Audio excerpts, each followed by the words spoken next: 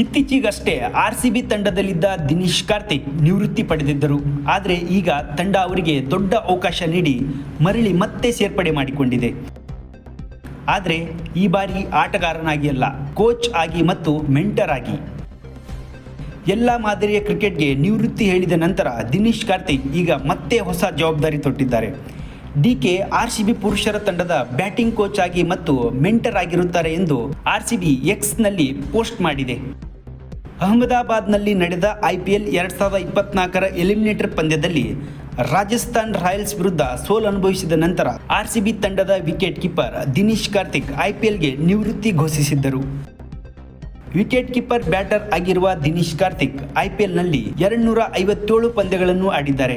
26.32 ಸರಾಸರಿಯಲ್ಲಿ 22 ಅರ್ಧಶತಕಗಳೊಂದಿಗೆ 4842 run ಗಳಿಸಿದ್ದಾರೆ. Karthik RCB ಹೊರತಾಗಿ Kolkata night Riders, Mumbai Indians, Delhi capitals ಮತ್ತು ಕಿಂಗ್ಸ್ 11 ಪಂಜಾಬ್ ತಂಡದಲ್ಲಿ ಕೂಡ ಆಡಿದ್ದಾರೆ. ಧೋನಿ ನಂತರ ಅತಿ ಹೆಚ್ಚು ಪಂದ್ಯವಾಡಿದ ವಿಕೆಟ್ ಕೀಪರ್ ಎಂಬ ದಾಖಲೆಯನ್ನು ಕೂಡ ದಿನೇಶ್ ಕಾರ್ತಿಕ್ ಹೊಂದಿದ್ದಾರೆ. ದಿನೇಶ್ ಕಾರ್ತಿಕ್ ಅವರು ಮನಬಿಚ್ಚಿ ಮಾತನಾಡಿದ್ದಾರೆ.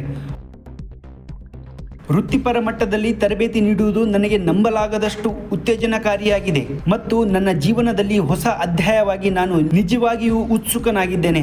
ಆಟಗಾರನಾಗಿ ನನ್ನ ಅನುಭವಗಳು ಗುಂಪಿನ ಅಭಿವೃದ್ಧಿಗೆ ಕೊಡುಗೆ ನೀಡುತ್ತದೆ ಮತ್ತು ಹೆಚ್ಚುವರಿ ಮೌಲ್ಯವನ್ನು ತರುತ್ತದೆ ಎಂದು ಹೇಳಿದರು. ಇತ್ತೀಚೆಗಷ್ಟೇ ಆರ್ಸಿಬಿ ತಂಡದಲ್ಲಿದ್ದ ದಿನೇಶ್ ಕಾರ್ತಿಕ್ ನಿವೃತ್ತಿ ಪಡೆದಿದ್ದರು. ಆದರೆ ಈಗ ತಂಡ ಅವರಿಗೆ ದೊಡ್ಡ ಅವಕಾಶ ನೀಡಿ ಮರಳಿ ಮತ್ತೆ ಸೇರ್ಪಡೆ ಮಾಡಿಕೊಂಡಿದೆ. ಆದರೆ ಈ ಬಾರಿ ಆಟಗಾರನಾಗಿ ಅಲ್ಲ, ಕೋಚ್ ಆಗಿ ಮತ್ತು ಮೆಂಟರ್ ಆಗಿ. ಎಲ್ಲ ಮಾದರಿಯ ಕ್ರಿಕೆಟ್ಗೆ ನಿವೃತ್ತಿ ಹೇಳಿದ ನಂತರ ದಿನೇಶ್ ಕಾರ್ತಿಕ್ ಈಗ ಮತ್ತೆ ಹೊಸ ಜವಾಬ್ದಾರಿ ತೊಟ್ಟಿದ್ದಾರೆ. ಡಿಕೆ ಆರ್ಸಿಬಿ ಪುರುಷರ ತಂಡದ ಬ್ಯಾಟಿಂಗ್ ಕೋಚ್ ಆಗಿ ಮತ್ತು ಮೆಂಟರ್ ಆಗಿರುತ್ತಾರೆ ಎಂದು ಆರ್ಸಿಬಿ ಎಕ್ಸ್ನಲ್ಲಿ ಪೋಸ್ಟ್ ಮಾಡಿದೆ.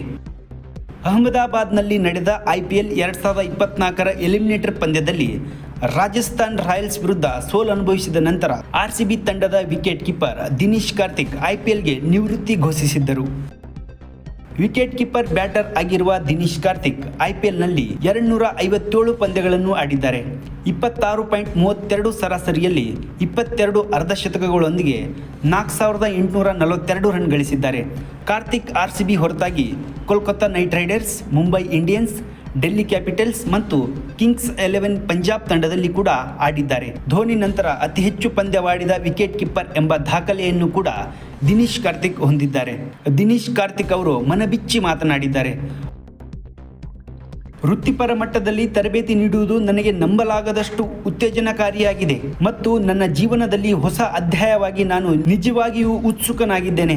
ಆಟಗಾರನಾಗಿ ನನ್ನ ಅನುಭವಗಳು ಗುಂಪಿನ ಅಭಿವೃದ್ಧಿಗೆ ಕೊಡುಗೆ ನೀಡುತ್ತದೆ ಮತ್ತು ಹೆಚ್ಚುವರಿ ಮೌಲ್ಯವನ್ನು ತರುತ್ತದೆ ಎಂದು ಹೇಳಿದರು. ಮತ್ತಷ್ಟು ಸುದ್ದಿಗಳಿಗಾಗಿ ನೋಡ್ತಾ ಇರಿ ಪಬ್ಲಿಕ್ ನ್ಯೂಸ್ 24x7. ಇದು ಸತ್ಯದ ಧ್ವನಿ.